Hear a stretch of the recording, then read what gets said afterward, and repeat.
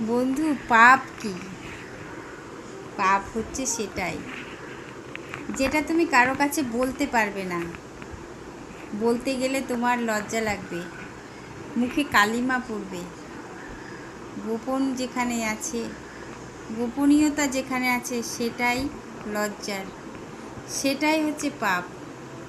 গোপন যেখানে ঘৃণা, মানে গোপন করলে কেউ, মানে ঘৃণায়, মানে তুমি প্রকাশ করলে তোমাকে ঘৃণা করবে, আর তুমি প্রকাশ করলে তোমাকে ছিছি করবে।